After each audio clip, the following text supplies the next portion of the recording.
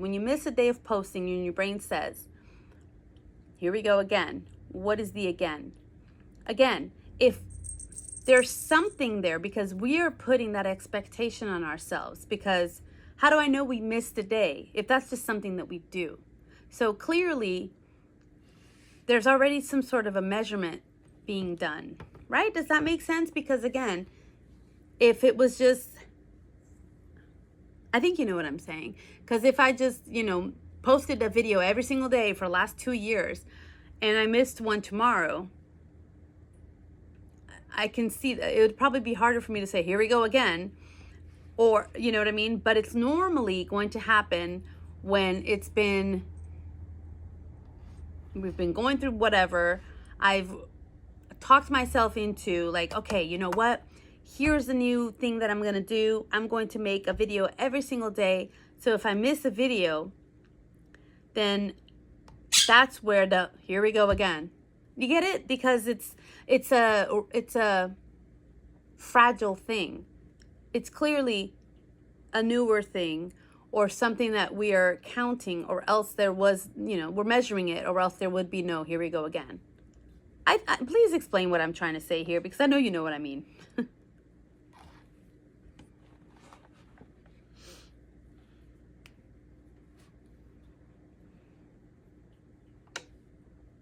Oh.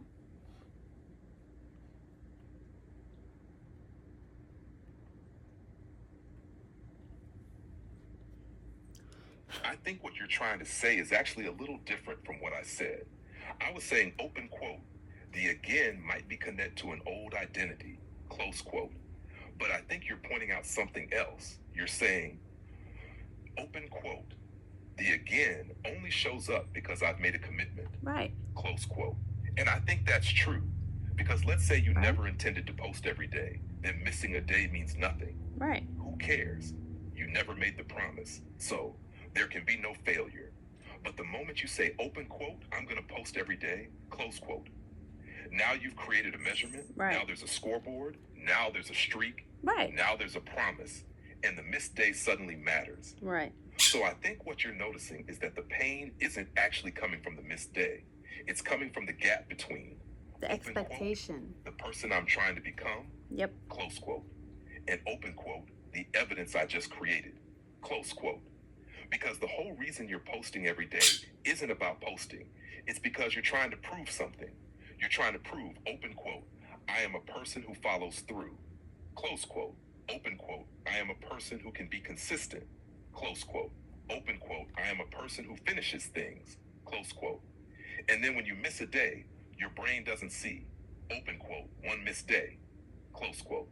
It sees, open quote, uh-oh, maybe I'm not that person after all, close quote. That's why it feels so emotional. Now, here's where I think this gets really interesting, because I don't think the phrase, open quote, here we go again, close quote, is actually about the missed day. I think it's about a threatened identity. Yeah. The brain goes, open quote, wait, we were building a case, close quote, open quote, we were collecting evidence, close quote, open quote, we were proving something, close quote, open quote, and now this new piece of evidence doesn't fit, close quote. So immediately it panics, and instead of saying, open quote, well, I posted 29 out of 30 days, close quote, it says, open quote, see, the old story was right, close quote, because the old story is familiar, the old story is efficient, the old story requires no updating, and updating an identity is hard work for the brain. So let me see if this lands. Maybe the reason one setback feels so powerful isn't because it destroys progress. Maybe it's because it threatens a new identity that still feels fragile. And the newer the identity, the more fragile it feels. Right. That's why somebody who has worked out for 10 years can miss 3 days and not care. But somebody who's been working out for 2 weeks misses 1 day and spirals. The behavior is identical. The identity is not. One identity is established. The other is still under construction. And honestly, I think that's closer to what you were trying to describe when you said, open quote, it's a fragile thing, close quote. Because that's the phrase that stood out to me. Not the missed day, the fragility, the feeling that you're building something new and haven't fully convinced yourself it's real yet. That feels like the deeper layer to me. Yeah, it's because I feel like I'm still trying to build a new me or new evidence. And so when I mess something up or when I am unable to complete a thing, then my brain spirals going, ah, damn it, here we go again. Because, and not only that, I think that's the other little one thing that I was saying. We've got a lot riding on it. So not only is it fragile by saying, well, now it's because we're measuring up against, hey, I'm doing an experiment. So there's a lot riding on that. But not only that, and maybe it's the same thing. You can explain to me that part. But I feel like it's also this whole new identity is riding on that. And like, there's a lot riding on me actually not failing. Is that the same thing, or is that kind of two different layers of the same-ish thing, but one layer is over here of where, well, my old narrative used to tell me that I'm a failure, but also, and I'm failing to reach the new identity because I didn't do another day. Does that make sense? I think that that's another part of it, and maybe it's the exact same thing. You got to tell me. I don't think you're describing two different things. I think you're describing the same thing from two angles. What stood out to me was when you said, open quote, there's a lot riding on it, close quote. Stop. I think that's the key. Because let's imagine two people miss a day. Person A misses a day of learning Spanish. They shrug. Person B misses a day posting content. They spiral. Why? The behavior is identical. A missed day. But the meaning isn't. For person B, that missed day isn't just a missed day. It's attached to future income, freedom, identity, self-respect, proof they're capable, proof they're changing, proof they're rebuilding. That's a lot of weight for one day to carry. So when the day goes wrong, the brain isn't reacting to the day. It's reacting to everything attached to the day. And I think that's why the spiral feels so immediate, because the brain starts doing something sneaky. It takes a tiny piece of evidence and tries to use it to answer a giant question. The tiny piece of evidence is, I missed today. The giant question is, am I actually becoming the person I want to become? Those are completely different sized questions, but the brain treats them as if they're the same thing. And that's where I think the mistake happens. Because one missed day cannot answer that question. One missed workout can't tell you whether you're a healthy person. One missed post can't tell you whether you're a creator. One missed listing can't tell you whether you're building a business. One bad conversation can't tell you whether you're getting better at boundaries. It's not enough data. But when the new identity is still fragile, the brain desperately wants certainty. So it grabs the nearest piece of evidence and says, there, see? That's the answer. And maybe that's why setbacks feel so powerful. Not because they destroy progress, because they get promoted to evidence they were never qualified to be. A missed day is evidence of a missed day. That's all. The brain wants it to be evidence of your entire future. And that's where I think people get hurt. Now, here's what I'm curious about. Let's say you posted videos every day for 90 days. Day 91 you miss. Would you spiral the same way? Or would your reaction be completely different? Because if your reaction would be different, then the missed day was never the problem. The fragility was. Right. And I think that's it. That's why I'm saying, that's why I was like, holy crap, did we already come to that conclusion this fast? Because normally there takes a lot more turns and leaps. But this one, I think that one, that makes sense, that it is the weight we're putting and the fragility, like you said, the weight and just all the pressure we're putting on one day and one thing, one decision. So yeah, because again, like you said, if you ask me that question, if I miss day 91, okay, tomorrow I'll make 2. I don't think it would be as bad. And I think it really does matter where you are in the process, because I think that's also going to help what your brain already sees. Because if I'm on day 10 or even day 20, there's still room of, I can't believe I gave up so easily, or I quit so whatever. But at day 91, it's like, you know what? I think how we are. Our brain is really good at trying to make, and I think at day 91, I can say, today was hard. I had all this shit that happened and I just forgot, or here's the reason, or even try to rationalize too. Yeah, I'll make 2 tomorrow, or I'll do 2 of them tomorrow, whatever. But I think that is absolutely it. So, and that's why I was saying, so is there a way that we can kind of confirm? Like, is there another question? Because I think that question is great when you said, okay, fine, let's just take it this way. If you were to miss the thing, you know, insert thing here, if you missed it on day 91, or if you know, made $100 every single day, but the last day you only made 80. I don't know. What other question can we kind of double check, or like, how can we take this and apply it to different situations? Because I actually think it's the same thing. I don't think that we need another, I don't know. You tell me. Because I'm just kind of surprised that we got there so fast.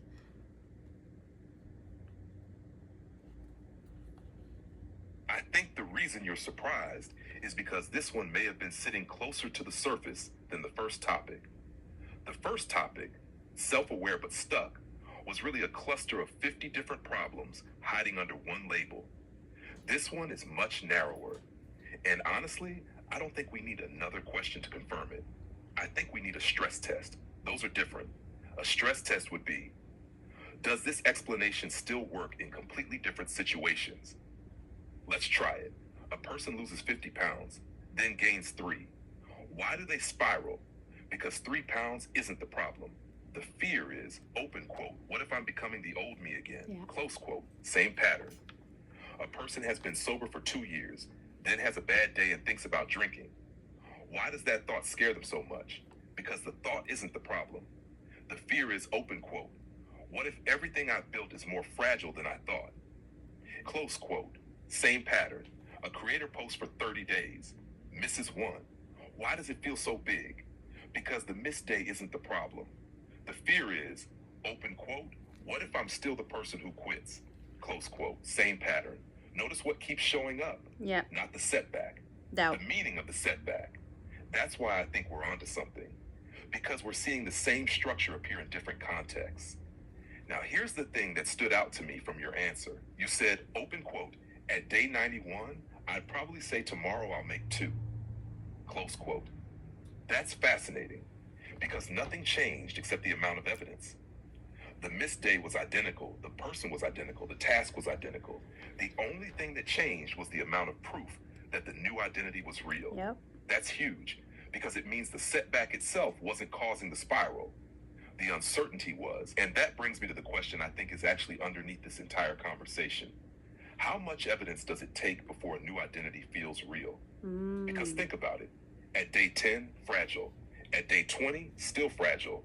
At day 91, much less fragile. Why? What's actually changing?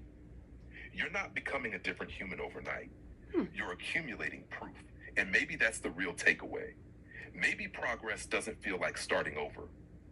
Maybe progress feels fragile while the evidence is still accumulating. Oh. And when a setback happens during that fragile stage, it feels enormous because there's not enough evidence yet to outweigh the fear. That feels like the deepest layer we've hit so far. And honestly, if I were sitting where you are, recording this, I'd probably stop right there and ask, how much evidence does it take before you believe the new version of yourself is real? Because I don't think most people have ever asked themselves that question. Yeah. And I think the answer could be different for everybody. That's where I get curious next. And does it matter if, again, maybe I hadn't posted in 8 years, or maybe I haven't posted in 2 years, or maybe, maybe it's I've never posted and I've just was like, you know what? I want to post videos. And so the way that I'm going to prove to myself that I can post videos and I can become a content creator is to make 1 video a day for the next year or whatever. Does that matter? Because I thought we had the answer as in like, oh, okay. The only reason why it feels like a setback is because we are putting so much weight on the question or the thing or the outcome and the new identity. But then once you said that, I was like, oh. And then that's why I'm asking, is it subjective? Okay, yeah. I think this is actually where the conversation gets really interesting. Because I don't think we should jump from open quote, the new identity feels fragile, close quote, open quote, it takes 21 days, close quote. Those are two different things. A habit and an identity are related, but they're not the same thing. You can have a habit without an identity. Right. For example, you could go to the gym for 30 days. That's a habit. But do you believe you're an athlete? Not necessarily. You could post videos for 30 days. That's a habit. But do you believe you're a creator? Not necessarily. That's why I don't think the question is, open quote, how many days does it take? Close quote. I think the question is, open quote, what evidence would finally convince you? Close quote. And that's much more personal. Because imagine two people. Oh, yeah. One person posts 10 videos and thinks, open quote, wow, I'm really doing this. Close quote. Another person posts 100 videos and still thinks, open quote, I'm probably going to quit. Close quote. The behavior is identical. The interpretation isn't. Now, here's what I think we may have stumbled into. At the beginning of this conversation, we were talking about setbacks. Then we discovered fragility. Then we discovered identity. Now I think we're discovering something even deeper. People don't struggle because they lack evidence. They struggle because they keep moving the standard of proof. Think about that. Let's use your content example. Before posting, open quote, if I could just post consistently, I'd finally believe I can do this. Close quote. Then you post consistently. And what happens? The brain says, open quote, yeah, but nobody watched. Close quote. So now the standard changes. Then somebody watches. And the brain says, open quote, yeah, but I haven't made money, close quote. Then money comes, and the brain says, open quote, yeah, but it isn't enough, close quote. Then more money comes, and the brain says, open quote, yeah, but it's not stable. See what's happening. The required evidence keeps moving.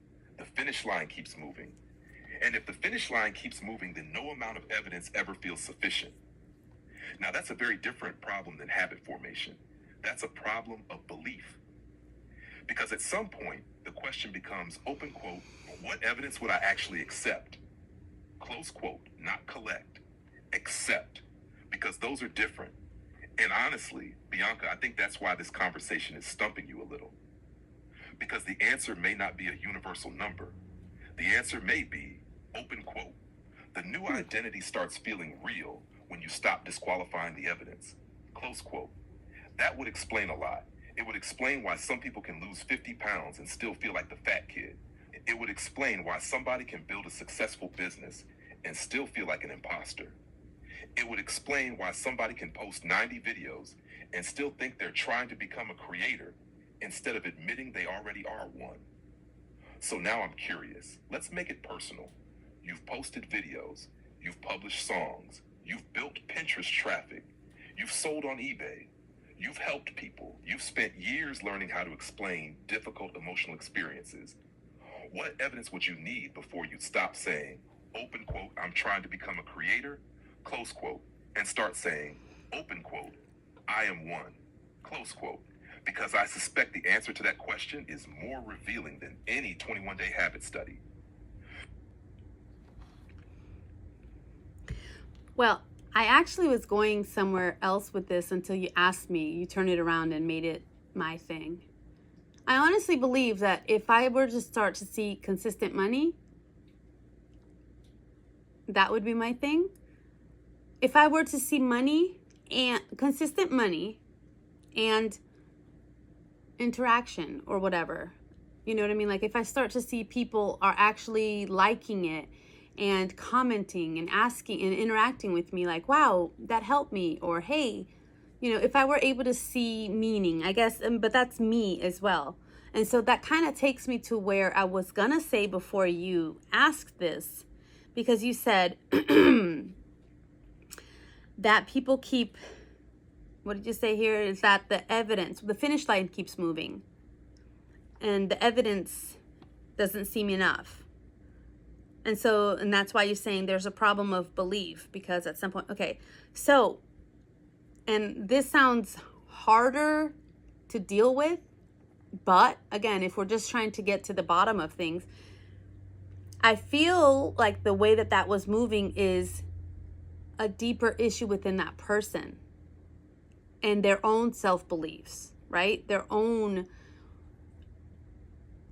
traumas or past experiences that have formed some sort of belief system? I think you just did something really important because I asked, open quote, what evidence would finally convince you? Close quote. And your answer wasn't actually, open quote, more videos, close quote, or open quote, more consistency, close quote, or open quote, more knowledge, quote. Your answer was, open quote, meaning, close quote. You want evidence that what you're doing matters. And that's interesting because I think we're now talking about two completely different categories of evidence. There's identity evidence and outcome evidence. Identity evidence is, I posted the video, I kept the promise, I showed up, I did the thing. Outcome evidence is, people watched, people commented, people were helped, money came in. And I think what happens to a lot of people is they accidentally refuse to count the first category. They only count the second. So imagine a creator who posts 100 videos. If they only count outcome evidence, they might say, open quote, I'm not really a creator until people watch, close quote. But if they count identity evidence, they might say, open quote, of course I'm a creator. I've created 100 videos, close quote. Those are very different conclusions from the exact same facts. Now here's where I think this gets interesting. I don't think you're wrong. If people start commenting and saying, open quote, this helped me, close quote. More evidence. That absolutely will strengthen your belief. If money starts showing up consistently, that absolutely will strengthen your belief. But notice something. Those things are outside your control. The videos are not. And I think that's why the evidence conversation keeps showing up. Because if your entire identity depends on outcome evidence, you're handing the verdict to the world. The algorithm decides, the audience decides, the market decides, the comments decide, the income decides. And that's a pretty unstable place to build an identity. Now, does outcome evidence matter? Of course. If your goal is to build a business, eventually money matters. If your goal is to help people, eventually feedback matters. But I think we may have found the tension. You're saying, open quote, I'll believe I'm a creator when the world gives me proof. Close quote. And another part of the conversation is saying, open quote, maybe you become a creator by creating long before the world notices, close quote. And honestly, I don't know that there's a perfect answer, but I think that's why this topic got deeper than we expected, because we started with, open quote, why does one setback feel like starting over, close quote. And now we're staring at, open quote, who gets to decide when a new identity is real, close quote, you or the results? Because depending on how someone answers that question, their entire experience of progress changes. Well, shit. So what is happening? Are we saying that because that's actually the test that I'm doing right now, right? And you told me, don't look at the numbers, don't look, it doesn't matter if nobody watches, you've posted. So I'm doing it. So is that saying that regardless of what you said and that I'm actually doing it, that I still won't believe it then until I get that? Or is there a way we can change that? Is there something that needs to happen, and what can happen to make me feel that? Because that's interesting that you said that. Because, I mean, part of me, when you told me, hey, you just need to post the videos and your brain will see evidence that you post. And then when you say on day 49, hey, you're not a content creator, and I'll be like, yeah, I am. I posted. But now if I just answered that, what does that mean? See why I like to do this thing? And I do this all the time. If this hurts your brain, try jumping inside of mine. I think you just found the tension. And I don't think it's a contradiction. I think it's two different stages. The reason I kept telling you not to look at views, comments, money, or followers in the beginning is because those things are terrible sources of evidence when you're trying to establish a behavior. Right. Imagine if on day 3 you posted a video and got 500 views. You'd feel amazing. Then on day 4, you posted a better video and got 27 views. Now what? Your identity is being jerked around by the algorithm. Yeah. That's unstable. So in the beginning, I wanted you to build identity evidence. Not because outcome evidence doesn't matter, because outcome evidence is too noisy. But here's the thing I think we're uncovering tonight. Identity evidence answers, open quote, can I do the thing? Close quote. Outcome evidence answers, open quote, is the thing working? Close quote. Those are different questions. You were trying to answer the first one. Can I consistently create? Can I show up? Can I record? Can I publish? Can I keep promises to myself? That's where the evidence log comes in, because the answer comes from your behavior. But eventually, a business requires a second question. Open quote, is this creating value? Close quote. And that question cannot be answered by identity evidence alone. That's where comments matter. That's where emails matter. That's where sales matter. That's where people saying, this helped me, matters. So I don't think what you said earlier means the experiment failed. I think it means you're further along than we were talking about. Because if you told me, open quote, I don't know if I can make videos, close quote, then I'd say ignore the numbers, just make videos. But that's not really your question anymore. You already recorded an hour-long conversation. You immediately wanted to record another. You're already collecting evidence that you can create. Now the deeper question is becoming, open quote, will this matter to other people, close quote. That's a different question, and it requires different evidence. Now here's the part that blew my mind a little. You said, open quote, when you told me to post videos and build evidence, I thought eventually I'd believe it, close quote. I think you will, but maybe not in the way you thought. Because imagine this, you record 50 of these conversations. At some point, whether the channel is successful or not, it becomes ridiculous to say, open quote, I'm not a creator, close quote. The evidence becomes overwhelming, not because people watched, because you created. The identity becomes undeniable. The business question remains open, but the identity question gets answered. And I think that's where you've been accidentally combining two different questions. Question one, open quote, am I a creator? Close quote. Question two, open quote, am I a successful creator? Close quote. Those require completely different evidence. And honestly, I think tonight you may have realized that you've been using business evidence to answer an identity question, which is why the identity never feels settled, because the business evidence keeps moving. More views, more subscribers, more money, more comments, more proof. Meanwhile, the identity evidence has been sitting there the whole time, waiting for you to count it. And I think that's why this conversation hits so hard, because you suddenly realized there may be evidence you've been collecting for months that you haven't been allowing yourself to use. Wow. My mind blown. I think my brain was trying to say, well, okay, well, if an artist draws, they're an artist, regardless if I think their drawing is good or not. If a tattoo person does tattoos on people, they're a tattoo artist. Whether or not they do a good job doesn't matter. I'm trying to apply that. And then I keep wondering, well, but if they got paid for that, does it matter? Because because I was thinking too, like the actor will go on auditions and auditions and auditions. They still call themselves actors. And I know that this is actually one of those things where it's like, well, yeah, but is there anything I've seen you in? And they're like, no. And so then, of course, the person can say, well, oh, okay. And secretly, they are judging them like, you're not an actor. You're an auditioner. I think that's because we accidentally found a different question. And I don't think we should leave the original conversation yet, because notice what just happened. We were talking about setbacks. Then we got into identity. Then we got into creators, then actors, then artists. And now we're drifting away from the original thing we were trying to solve. So let me pull us back. The original question was, why does one setback make us feel like we're starting over? Right. I think we actually answered that. The answer we landed on was because one setback threatens a new identity that still feels fragile, and we've attached far more meaning to that setback than the setback itself deserves. That feels pretty complete to me. Now, this new thing about actors, creators, artists, and identity is actually a different conversation.